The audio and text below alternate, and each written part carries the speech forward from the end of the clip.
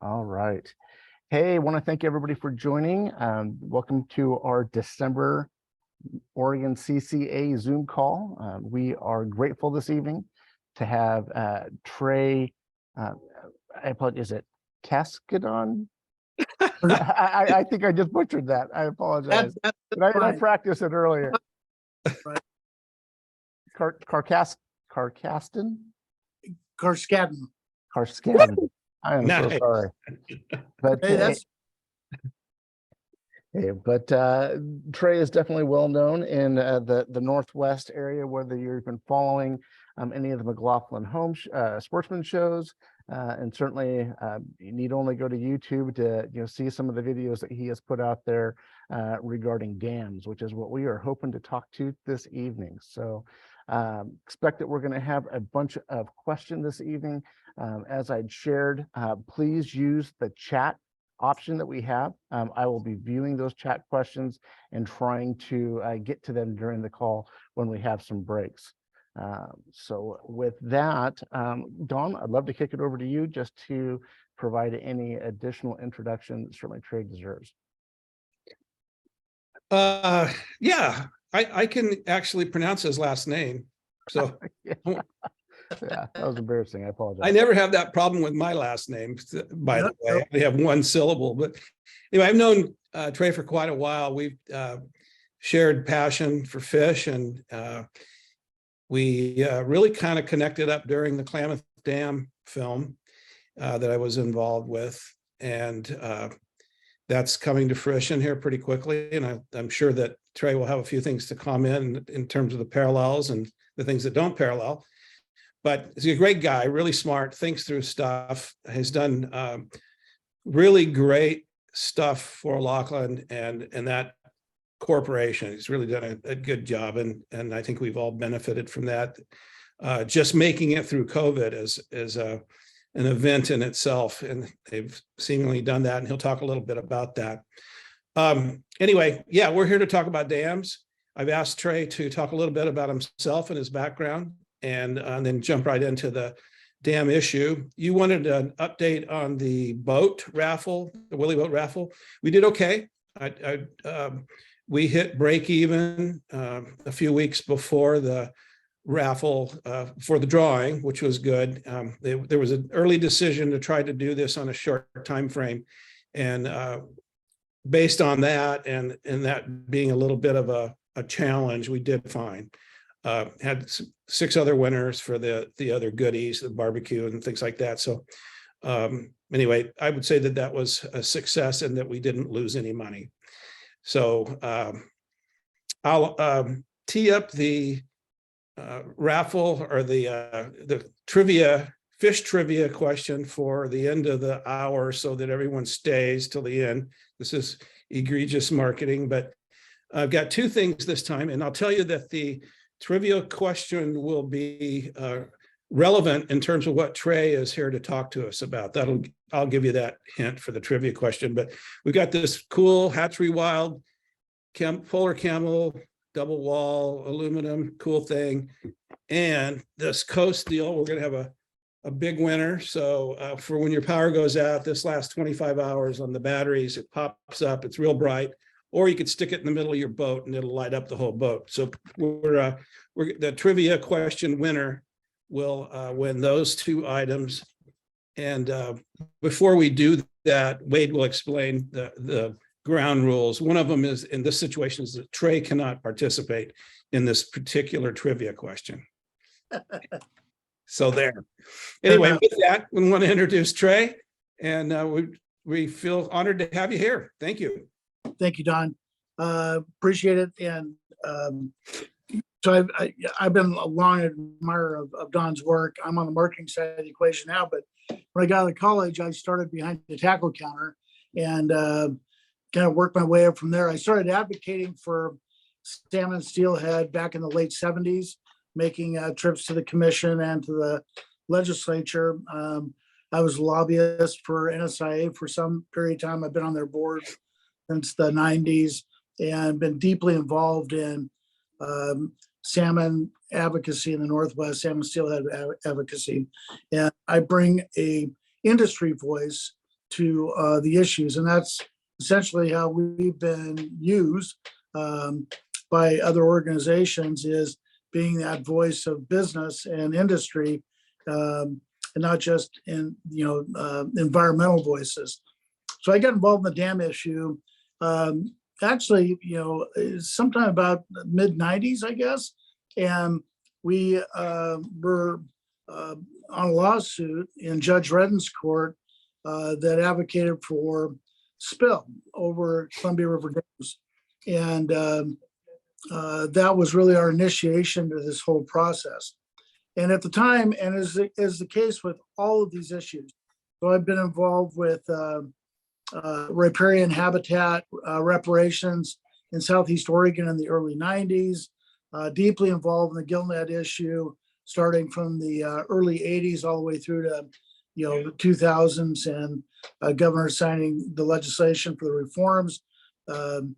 Very involved with mass marking of salmon in the Columbia River, which was hard fought. There's been a number of them, probably more than a dozen major issues we've been involved with. And I can tell you, in every single case, whether it was gill nets, whether it was mass marking, whether it was shellfish licensing, whether it was marine reserves, it doesn't matter what it was. People hated us, and you get a pretty thick skin around these issues, and we've always worked. Our role has been to advocate for the fish. The fish have to win for industry to win, for anglers to win. If we don't have a resource to fish for, then what are we doing? So that's always been first and foremost. And we've done a pretty good job, particularly I would say in the last 15 years, of taking the emotion out of it and really, looking to science, and then bringing, like I say, the industry voice to these issues. And it took us a long time to get there, because we lost all the time early on. I mean, gosh, the 80s were brutal. By the time we got to the 90s and the mass marking issue, things started to kind of turn in our favor. But there's a lot of hard lessons. So going back to the dams, when we got into the courts to mandate spill, it was front page news. I'll never forget it, in the Oregonian in 1996. That said there was going to be these massive fish kills because of nitrogen, and by spilling these fish over the dams. And of course, as we saw years later, we had kind of this nexus of things that came together. We had great ocean conditions. We had great outmigration because we had excellent snowpack. And then in 2001, we saw the benefit of that with historic returns back to the Columbia. And historic meant that we hadn't seen that size of run return since Bonneville Dam was put in 1938. So we knew we were onto something, and it wasn't our idea. So the science had been clear and had been forceful. The American American Fisheries Academy had made some pretty bold statements that if these dams weren't removed, or there weren't major modifications in how we manage the Columbia, that we were facing further extinction, which had already happened across several runs of salmon up the Columbia, but in ways that we couldn't even imagine. And so we really relied on the science to guide us, and that's what they did in the court. And under Redden, he followed the science, and now it's in Simon's court since Judge Redden retired, and he's continued to do the same thing. There's a ton of background information. Won't get too far into the weeds, because I can certainly do that with your questions. But let me just quickly, kind of to tee this whole thing up, read you a piece. So when I first started lobbying, this particular issue was in Washington, D.C. in the late 90s. And I was given a piece to read that David James Duncan, and some of you may know him from the book, The River Why, brilliant writer, but he'd been hired to write this piece on Columbia River dams and done a beautiful research piece. But there's an excerpt from it that kind of I think punctuates the importance of, what this is all about. And it starts on the eastern edge of Idaho last fall, 700 miles from the sea. I watched a single female Chinook with great crimson gilled gasps of effort turn her ocean-built body into a shovel and dig in the unforgiving bone of the continent, a home for offspring she would never live to see. I watched her lay eggs so tender that the touch of a child's fingertip would crush them, eggs exactly the color of setting suns. I watched the darker, fierce-typed male ease in front of those suns and send milk melting down into her nest of stones. I watched the paired Chinooks circle their pebbled red, tending it, guarding it, yet only incidentally, as if by accident, did they touch each other, because they weren't making love to each other, they were making love to the very land and water, to broken bits of mountain and melting stoves. I left them to die as salmon do, their clutch of eggs orphaned in a frigid gravel womb. As I write these words, winter has snapped down hard in the Rockies. Snow is mounting high, but in that ice-covered stream bed nest, which the female covered with protective pebbles, with their last few strokes of life, tiny eyes are now appearing in sun-colored eggs, because there's a fire in the water. There's an invisible flame hidden in water that creates not heat, but life. And in this bewildering age, no matter how dark or glib some monetized, spiritually inert humans work to make it, wild salmon still climb rivers and mountain ranges in absolute earnest, solely to make contact with that flame. Words can't reach high or deep enough to embody this wonder. Only wild salmon can embody it. Each migration, each annual return, these incomparable creatures climb our inland mountains and sacrifice their lives that tiny silver offspring may be born of an impossible watery flame. And fundamentally, that's the work. That punctuates what we're trying to do. Without, the science says, without the removal of these dams, these salmon that are trying to make it into the most pristine spawning habitat in the lower 48 don't have a chance. And really, we didn't have a chance as we got out of the late 90s, and we seem to be making some headway on this issue. And when Bush was elected president, we were told this is off the table and go home. And so we did that. And during the Trump administration, a Republican congressman out of Idaho, Mike Simpson, launched a plan because what he saw was the consequence of inaction, that was going to be greater than the 17 billion that had already been spent to try to save these fish, and doing nothing wasn't a solution.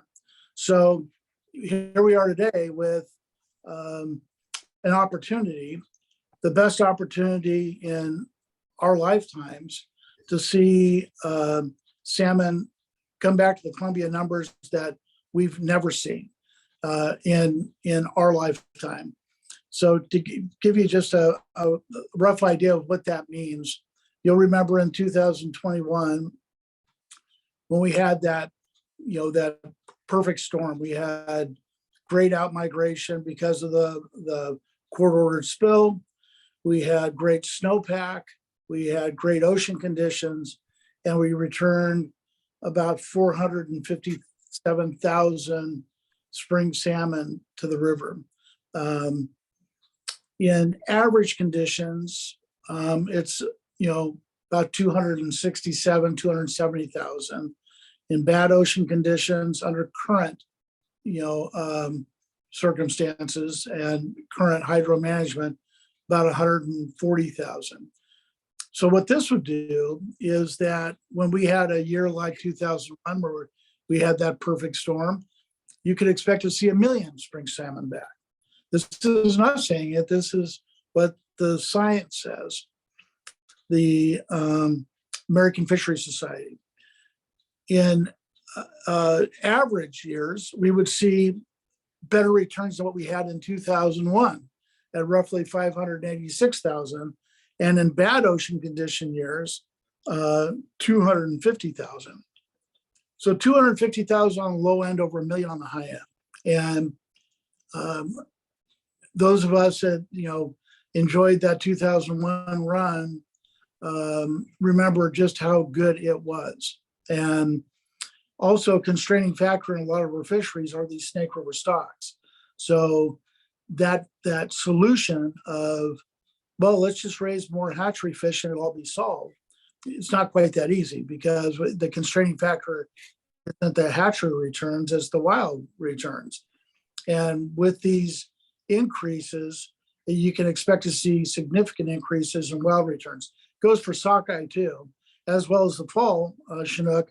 You're going to basically quadruple your spawning habitat. So imagine 3 times greater Hanford reach, but up the Snake River, where these dams are going to be removed. These 4 dams occur below Lewiston, down to the mouth, and the lower 4 dams on the Columbia, so Bonneville, the Dalles, John Day, McNary, with this proposal that Simpson put out, are assured another 50 years. So they're going to be left alone, and they don't seem to be the problem. So they have not this year, but the John Day's been one of the things that they pointed to, that steelhead returns on John Day don't seem to be as adversely affected as those Snake River runs by the dams. Same thing with the Yakima River. And so, I think that's, kind of the overarching, the issue right now. Some of the major objections have been power generation, that, this, you're going to see it rates. Well, I can tell you in firsthand experience in '96 with a spill over Bonneville, BPA came out and said, you don't want to spill because your power rates are going to go through the roof. Well, it never happened. And they've threatened that every time the quarters ordered spill. It just hasn't happened. But be that as it may, Simpson in his plan calls for no breaching the dams until that power generation is picked up, which is, depending on the number that you believe, 3 to 5% for the region with those lower 4 dams on the Snake. And that requirement is, how to, the power's there, but how do we store it and save it? So that's a condition of breaching these dams. Another one is that agriculture would be adversely affected. Again, in Simpson's plan, and is agreed to by everybody that's at the table, agriculture, all the stakeholder communities will be kept whole. But agriculture, either extending the irrigation or providing for storage, water storage, for the summer months, and both of those are in play, and that would be part of the funding package. The Port of Lewiston would go away, and those jobs would be transferred to Port of Tri-Cities. The crane would be then shipped by rail, and talks are already underway to improve the rail infrastructure from Idaho west. The Port of Tri-Cities would be improved and increased, and those jobs, those few jobs from Port of Lewiston, would be transferred there. The benefits to fish and wildlife along the Snake River are incalculable, but there will be more habitat for wildlife. So the tourism benefits. One of the things that we've often mentioned to state legislators and federal legislators is kind of a peculiarity of the Columbia River is there's not a single fishing lodge on the Columbia River. Think about that. Not a single fishing lodge. And that's due in large part to the uncertainty of Columbia River fisheries over the past 60, 70 years. It's also a reminder of where we are with our fisheries on the Columbia River, that we can't have at least a single fishing lodge. So on this incredible body of water. But I think those are the highlights. For me personally, I've evolved. From I grew up and I watched runs of fish wink out in my backyard. So I grew up in East Portland and Eastmoreland, and our backyard was a creek called Johnson Creek that had salmon and steelhead that I used to fish for and catch and harvest trout. And over a period of about 15 years, we watched them all wink out. And so these fish are more important to me than just industry or my personal pleasure to go out and fish for them. They mean a lot more to me. This is, my life's work is to hopefully be a voice in their recovery. Trey, one of the questions that I'd gotten, you had mentioned the book that you read, that excerpt. Was that The River Why? So he wrote the book, The River Why, W-H-Y. He's written a few others. That was the first of his I'd read when I was in college. He's a brilliant writer, but he'd actually written this piece for the Sierra Club and a research project that they'd done on Columbia River dams. And so when I first got involved with this, we were given a bunch of research material to read, and that was one of the pieces. It was, I don't know, it was 30 some pages. And what's interesting is that was in 1997 or 98 that I got that. And not a lot has changed in terms of, the thinking of keeping everybody whole, of what the obstacles were, of, the science surrounding the dams and the impact that they have. The science has been very consistent on this. And the work that he did was really brilliant. But that was, as I was reading that was the piece that really jumped out at me. And I've shared it with, I don't know how many legislators, because, it's like a lot of these issues, you need to kind of put a face on it. And in this case, it's, what do these fish really mean? And I think he captures it beautifully. If you go up on YouTube and just do a search on Duncan, he's done some really fine readings up on the river. He's really good, and he delivers his stuff really well. David James a lot of things on the YouTube channel. Yeah, David James Duncan is the author's name. Yeah. Cool. Thank you. And it's really, his first book was not really a fishing book. It was kind of that was certainly laced through it, but it's about his family, and his father and his mother were politically opposite. It would be pretty germane to read during these divided times, because she was a fly fisher, or a bait. She was bait, he was fly. Really great stuff. I mean, it's a really good read. It was reminded me of my grandma and grandpa. My grandfather was a fly fishing guide on the Deschutes in Tumalo Creek, and my grandma was the bait angler. So yeah. I with it. All right, we anticipated a lot of questions from the group. I don't see many questions at this time. So if anybody has anything, please put that. So I have a question, Trey. If so, Klamath is happening. Is that good for you? Is it good for us? Is it good for dam removal on the Snake? How does that play with the argument? It's thanks for bringing that up. But I'm not sure to answer your question directly, but I can tell you it's come up in conversation, several of them. Conversation we were having with Merkley, who was kind of tepid on all this. His thing was in our conversation, one of them with him was, he said, these things are pretty tough to remove. I mean, the Klamath is kind of a no-brainer. Everybody, this is him saying it, everybody was on board and they wanted it done, but look how long it's taken us to get there. And that was his way of saying, I'm not quite there yet on the Snake River stuff. It's too much work.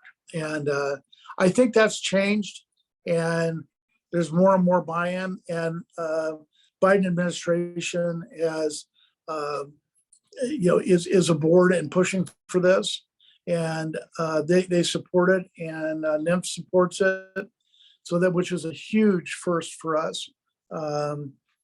So it's all kind of going in the right direction, but it doesn't take much to derail this stuff, so you just keep pushing and pushing and pushing. But this is it's not a new issue. Folks have looked at this as, God, when did this happen?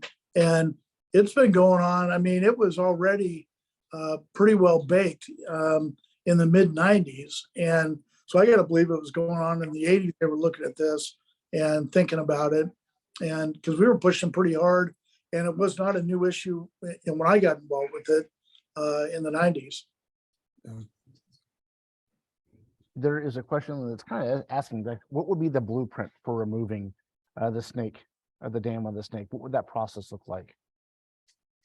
Great question. We do have a blueprint. I mean, with Elwha, Condon, there's been several dams that have been removed. So now we know what to expect when that happens. That's a common concern is, the siltation, all the reasons why we shouldn't do it. But now we're learning that when we do it, yeah, there's some short-term things that occur, but it doesn't seem to affect the return of these fish. We're already seeing it on the Elwha in ways that were unanticipated. Seeing some wild strains find their way back, some of the bigger fish that the Elwha was known for, strains of cutthroat that have reappeared, as well as steelhead. And that was a hard fought one, and it's already paying dividends. So I think in so many of these issues, what I've learned is there's no one size fits all. So when you're looking at restoring runs, say on the Clackamas or a tributary fishery, that doesn't necessarily mean that you use the same approach on a coastal river like the Wilson, or even, what you do on the Wilson may be different than what you do on the LC. It's incredible what the science knows these days. And one of the things that I learned here recently, and as much as I've been around this, was how the salmon out migrate. Because I always thought that, okay, they'll just swim downriver, right? And that's not the case. These fish from Idaho, they face into the current. And that's why the spill is so important. It literally pushes them out to the ocean. They don't swim downriver. It's the spill, the flow that pushes them out to the ocean. I didn't know that. I just assumed differently. The scientists know it, and it's one of the reasons that they're so challenged. Clarifying question: what actions would be required to start the process of the dam removal in real time? Well, they're trying to get legislation to fund it and begin that process. That's where we're at today. And once that's in place, they're looking at probably sometime at the end of the decade. So 28, 29, 30, that process would start, and they do them one at a time.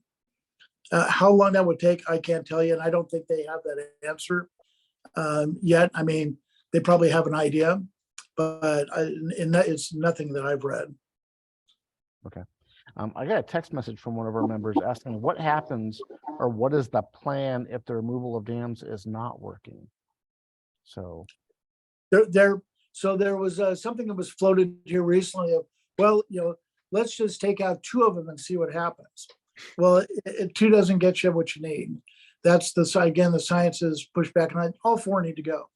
And we've had this approach of kind of nibbling the crust, and that's going to fix things. And we've tried, and it really hasn't worked. The corridor spill was a thing to try, and we had some payback.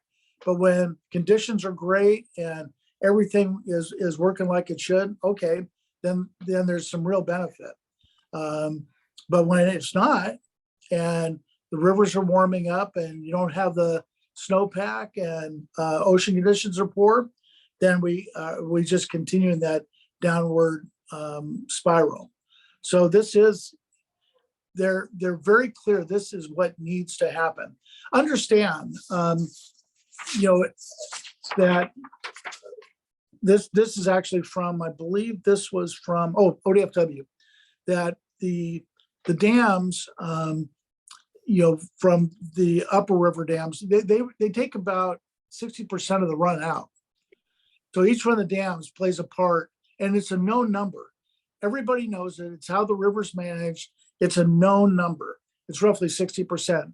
So to give you an idea of what that means in relation to some of the other challenges. So when you look at predatory fish species, they take out probably 6 or 7%. When you look at birds and predation from birds, probably right around 5%. When you look at pinnipeds, so the sea lion issue, probably around 4%. And when you look at what we do as far as ocean or river harvest, probably around 10%. So those are the known numbers that are used in how we view the impact on Columbia Basin salmon and steelhead. And so 60% is a big number. And us continuing to kind of nibble around the crust with Band-Aid fixes, it's not working. And it really demands something much bigger, much bolder. And these dams is what's teed up is the fix. Thanks for that. Brad, I know you had some questions regarding passage. I know you had your hand up for a few. Yeah, I did. Wait, thank you. Hey, Trey, good to see you, buddy. Likewise, thank you. Yeah. Hey, so Trey, now these 4 dams, do they completely block the migration, or is there passage? Oh, there's passage, yes. Okay, so that was question number 1. That's kind of what I thought. And who owns them? Are these public utilities? Are these the Army Corps? Who owns the dams? That's a good question. I don't know. I got the drift that it was the Corps, but they're earthen and cement. So they're half earthen, half cement. So the same problem that any out-migrating salmon has of going through the turbines exists with these dams, but there's fish ladders that get them up the river. The upriver migration doesn't seem to be as challenging as the downriver migration. That has the bigger impact. So where I'm going with all this is cost benefit. So I think with the Elwha and the Klamath and Marmot, some of the other dams that we've seen breached recently, it's been a cost benefit thing to the owner because they couldn't afford to come up to standards for the ESA for the amount of power that they were generating. So they said, screw it, we're walking away from it. I don't see that happening on the snake. Unless, correct me if I'm wrong, I mean, is the ESA in play here? It very much is in play. Do they have to upgrade that? I guess what I'm saying is, do they have to reach into their wallet in order for them to keep generating power? To upgrade the passage, to come into compliance with ESA, because short of that, I'm not optimistic. So where Simpson's at, and I think he's right based on what he's seen, he's trying to get ahead of it by getting these dams out, because what he sees is the impact it's going to have to irrigation, it's going to have to power generation, it's going to have the hydro management. Everybody's going to be affected, and it's a pay me now or pay me later. That's exactly what he says, and we've seen that coming for a long time. They can wait and have the courts intervene, and one of his concerns is, he says it right on his page, have the courts intervene and remove the dams, and everybody walks away with nothing, or they can get ahead of it, keep everybody whole, figure other ways to generate power, to replace that power and store it, and get ahead of this thing so people aren't hurt. And that's the driver right now for guys like Representative Simpson, is he can see the writing on the wall. So I understand what you're saying, but I think the ESA is more powerful than whoever owns those dams. How big a player are the barge owners? They're not.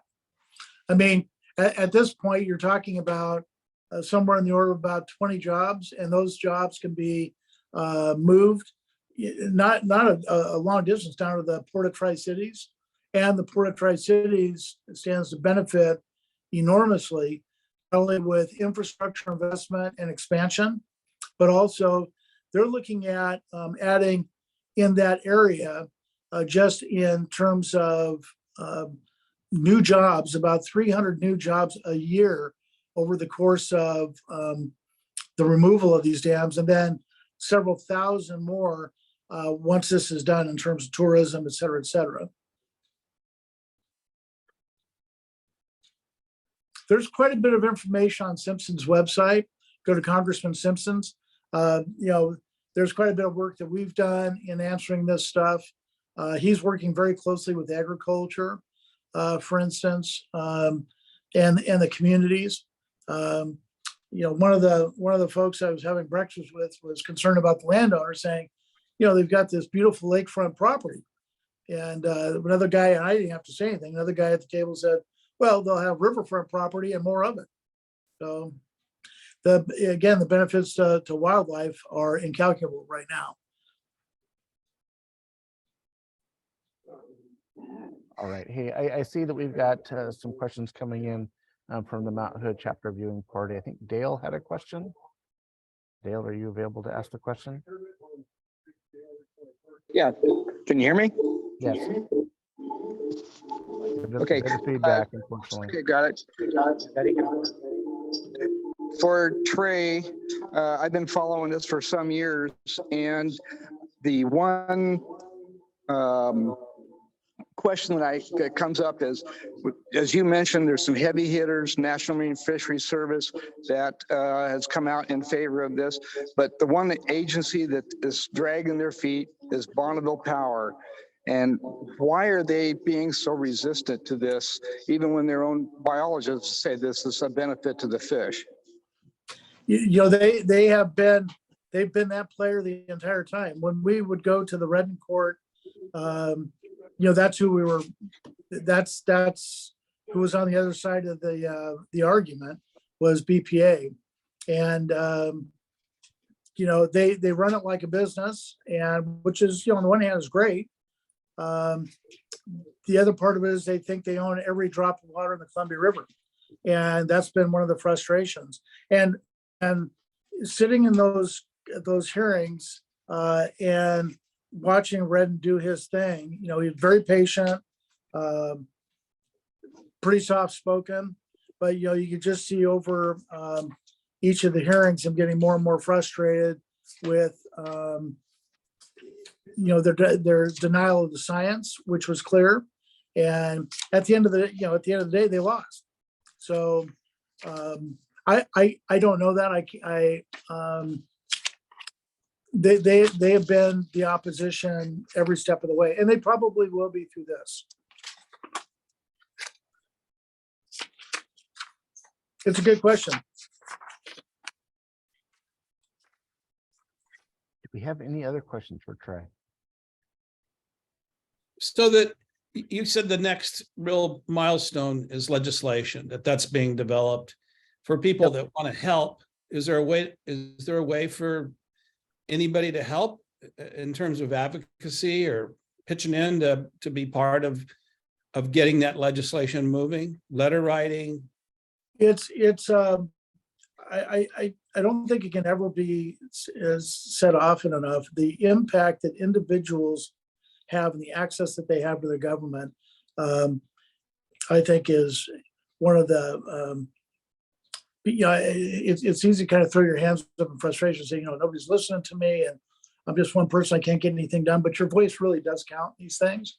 So contacting whoever represents you in Congress, and certainly Merkley and Wyden, and letting them know that this is something you'd like to see. It actually holds a lot of weight. The more they hear from folks, when we end up talking to them, saying, I'm hearing a lot from constituents, they want to see this happen. And it's the same thing with the state issues. Connecting with your state legislators, they won't have much of a say in this, but on local issues, whether it's hatchery funding, whether it's habitat, whatever it is important. It's one of the things that has kept us in the game. And frankly, CCA has done a brilliant job of educating, guys like Bruce, your lobbyist, and Sean have done a great job of, it takes years and years and years to educate legislators on our issues. And, we're really fortunate right now to have from the top down legislators that really get us and are working with us and will be helpful. And this is, when you look at the whole scheme of things, of whether it's, elder care, healthcare, education, transportation, all the other, enormous items they're dealing with. Now we're talking about fish and fishing. Just to be on the radar is a big deal. And we have a number of legislators that don't fish, but they understand our issues and they're very supportive. So your voice absolutely matters and makes a difference. And if you do just once a year, reach out to your legislators, that you are moving the needle. Trust me, because we hear it when we're connecting with these folks. Is there a place to go to get updated information, a website, anything that's a conduit for everything that's going on? Well, right now, I know Save Our Wild Salmon has got quite a bit of information. Certainly NSIA does. We're right in the middle of this thing. Representative Simpson has got quite a bit of information on his website. There's plenty of places to look. And what's interesting is when you kind of get the folks that are having a tough time with this, that rates are going to go up and all this other, and then you can go and you look at really what the folks that are deeply involved with this and are at the table working on this are saying. It'll give you a lot of comfort, I think, in understanding that this is headed in the right direction. There's an earnest desire to keep everybody whole, and that's right at the center of all this. And frankly, it's been the center of the discussion since I got involved with it in the middle 90s. So that's never ever changed on how do we make this all work. And I'm sure there's going to be some trade-offs along the way, but the one thing that we're not willing to trade off is the extinction of these Columbia Basin salmon and steelhead. It was just mentioned to me that Save Our Salmon is a website that has some of the updates Yep. on that. Okay. Yeah, Save Our Salmon, SOS. Yep. They were the ones that sent us back to Washington, D.C. It was on their nickel that they would send us back there to lobby, and then they would pair us up with folks from conservation, environmental organizations, and we would be like you say, the voice of industry going in. So I would represent boat manufacturers. We'd go with trailer manufacturers or outboard manufacturers, tackle manufacturers, and lobby this in the late 90s. And now we're all doing it again. Got it. Okay. Thanks for that, Dale. Good question from John here. So Trey, do you have a sense from the states or tribes or your own opinion on the operation of the fish hatcheries above the 4 lower snake dams? If those dams were breached, could the funding that the feds are currently providing to those those hatcheries, could that be impacted? It could be, but I think it'll be impacted in a very positive way. What they're talking about is that actually, providing more funding for hatcheries and hatchery mitigation. Again, the constraining factor in a lot of these fisheries has been the wild component, and until that's restored, recovered, enhanced, it'll continue to be a constraining factor, which also constrains what we can and can't do with hatcheries. So, that can't emphasize the importance of wild fish recovery for just a number of reasons. I mean, even as a seed stock, the brood stock for hatcheries, we've seen the benefits there. But beyond that, removing that as a barrier to our seasons.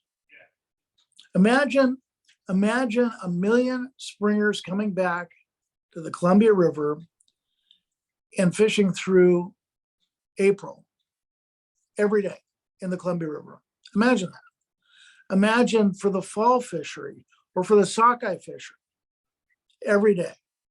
No shortened seasons, no abbreviated seasons, not sections of the river, this is on, this is off, open the whole time. That's what we're talking about here. And, you can get to remember that the reason the hatcheries were put in place to begin with, they were to mitigate for the impact of the dams. That was the original intent of these hatcheries in the Columbia River. They were mitigation.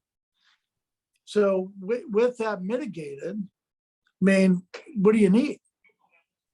When your river is providing your seed stock and the spawning stock that you need, the reliance on hatcheries will be reduced. And as the runs increase, it's a good place to be. We've never seen it in our lifetime. So what would be considered the largest argument? I hear of, the need for irrigation above the dam. What is the biggest obstacle to being able to proceed? Change.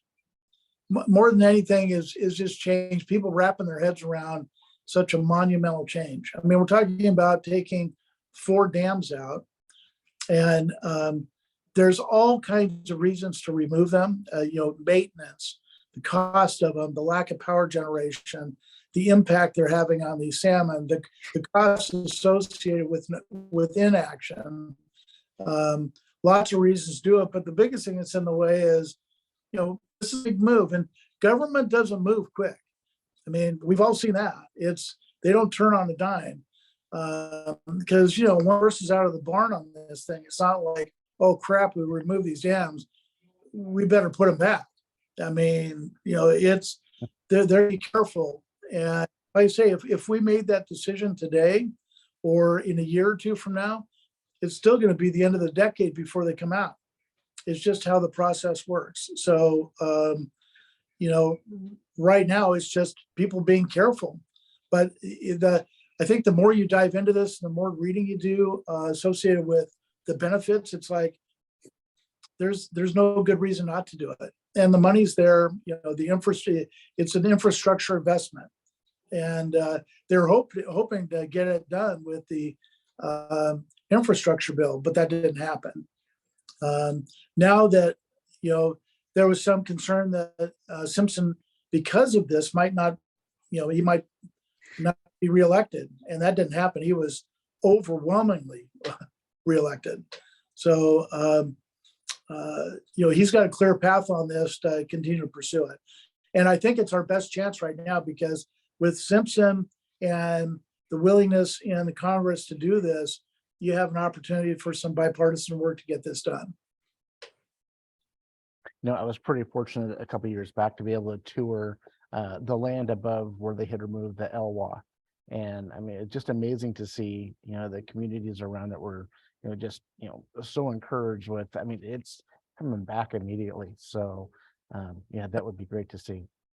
Yeah, one of the things that when we were involved in a thing called Cattle Free in '93, and it was basically taking free range cattle in Southeast Oregon off these riparian areas that had been, basically destroyed for, 125 years.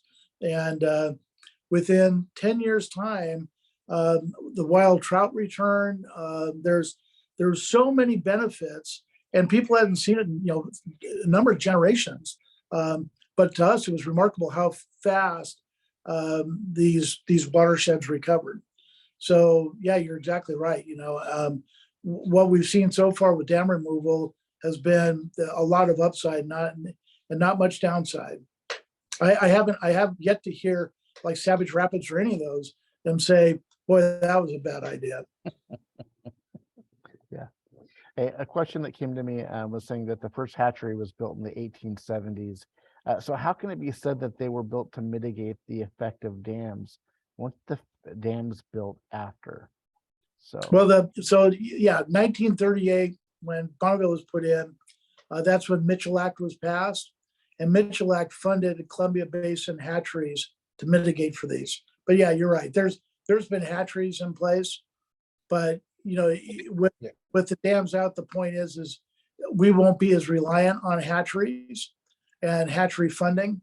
So Mitchell Act, I think everybody can agree that it's been minimally funded for some period of time. I mean, it's been as long as I've been around Mitchell Act for 40 years. It just hasn't been enough, and we've all seen the consequences of inadequate funding of hatcheries and the number of hatchery runs that have gone away, and in large part due to funding. The original hatcheries happened because the can was invented in Astoria when the over harvest started to happen, and the canneries started building hatcheries to Right. make fish. Well, the first big hit was the fish wheels and the commercial fishery. Yeah. And the Mitchell Act was actually put in place to keep the commercials whole. Well, It wasn't for recreational fishing. Just a quick comment here from Ty. He had mentioned that he had guided Mike Simpson in Alaska a couple summers ago, and he is a huge fish advocate and an all around great guy, regardless of politics. So thanks for sharing that, Dan, that Ty.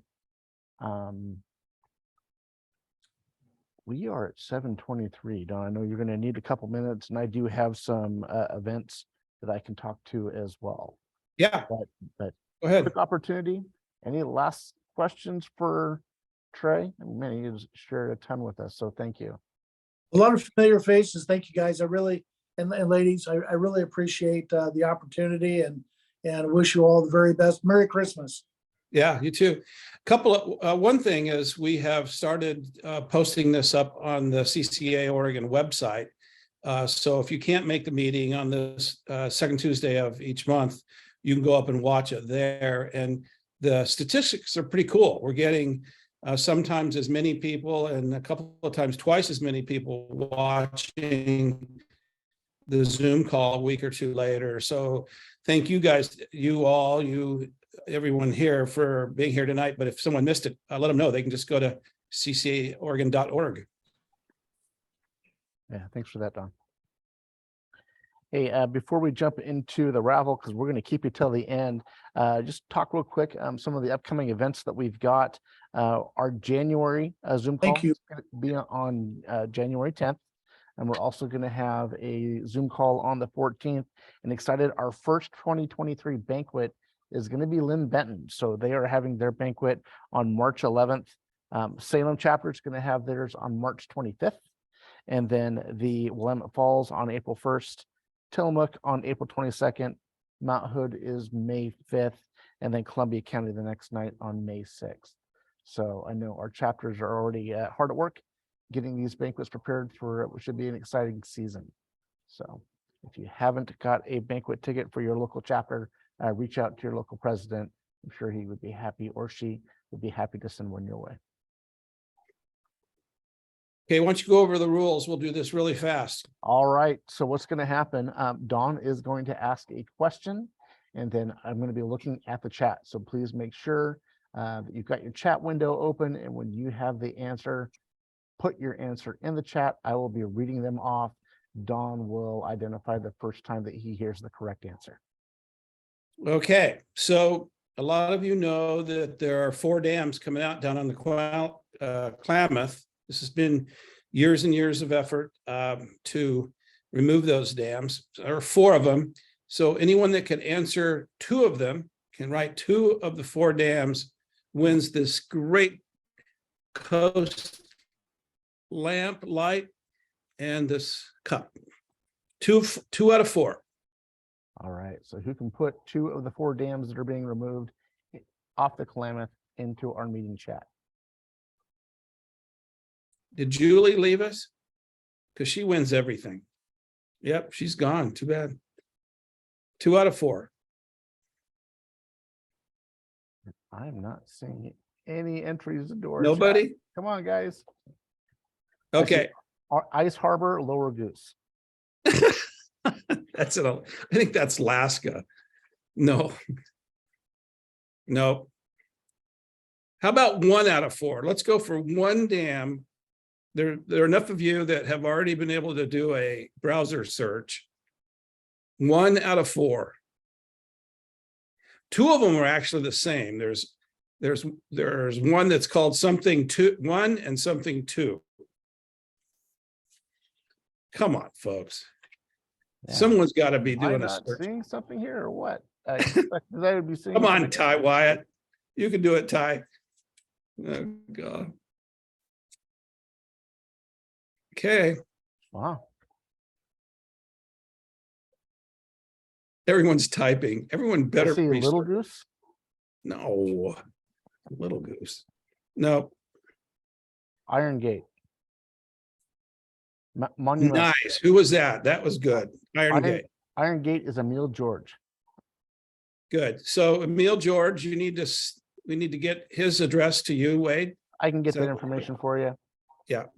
Thank you. So that's Copco 1, Copco 2, Iron Gate, and JC Boyle. Those are the 4 dams coming out. And again, I would suggest if you guys, Dave Duncan is really an amazing writer, and anyone that fishes will enjoy him, and his narrations and videos are really good if you go up on YouTube. Okay, looks so like I'll get I'm- that.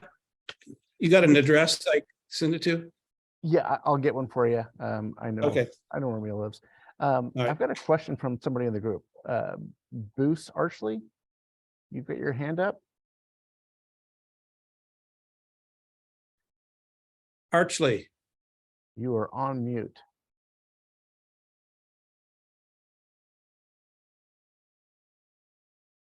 Okay, let's keep going. You've got another raffle item?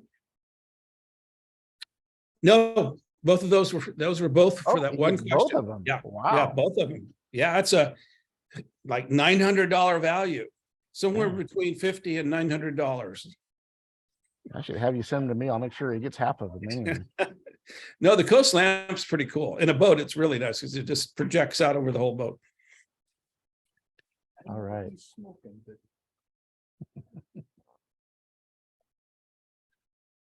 Okay, guys. Well, hey, thanks for a fantastic December meeting. I'm hoping that everybody has an incredible holiday season. Appreciate Yeah. you guys Merry continuing to Christmas. stick with us. I think that these are continuing to get better and better. When I can say our guest speaker's name correctly, I'm sure I'll hear about that one down the road. So Yeah. sorry about that, Trey Carskadon. Yeah. Got it. Yeah. But again, hey, hope you guys have a great evening, and I'll Okay. see some of you guys on Sunday. Thanks all. Okay, yeah, see you soon. Thanks.